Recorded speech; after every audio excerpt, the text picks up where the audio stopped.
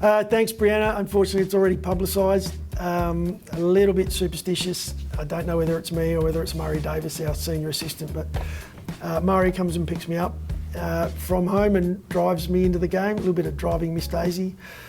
And then I'll meditate pre-game just to try and bring the heart rate down and keep things reasonably relaxed, like a number of our players do.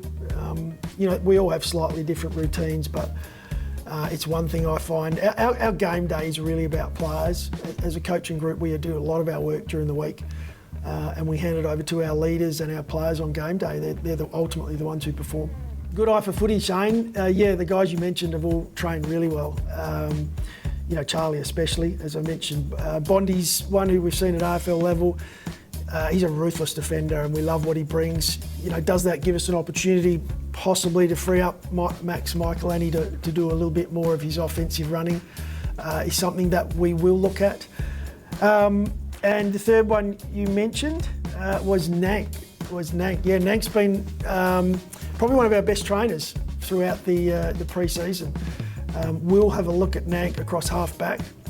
It's something that, looking at last year and looking at that balance of our back line, our ability to add a little bit more punch off of half-back and complement the guys that are already there. We feel like Lairdy and Junior are doing a great job, and Hingy, but Nank's definitely pushing for selection early this season, if not throughout the pre-season, to give himself a chance to play round one. Thanks, Matt. Scoreboard's the biggest one. A lot more relaxed when we're in front. Actually, it's probably the other way around.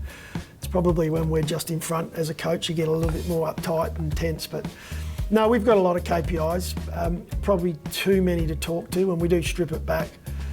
When our guys are physically winning the battle, we can see that clearly from upstairs in the box. And so we're talking there about our ability to make tackles and break tackles. It's something that we do code in-house. And then there's a field position battle that we talk about a lot. Nothing groundbreaking. We're not trying to reinvent the game with some of that. It's really simple. Our guys know when they're performing their best and we're able to update them during the game. Thanks, TP. I got asked that as I walked off the track today and I was a little fatigued. I didn't kick many goals. If I had to pick a song, it would probably be Skills to Pay the Bills by the Beastie Boys. Some of this generation wouldn't even know who I'm talking about, but pretty cool band.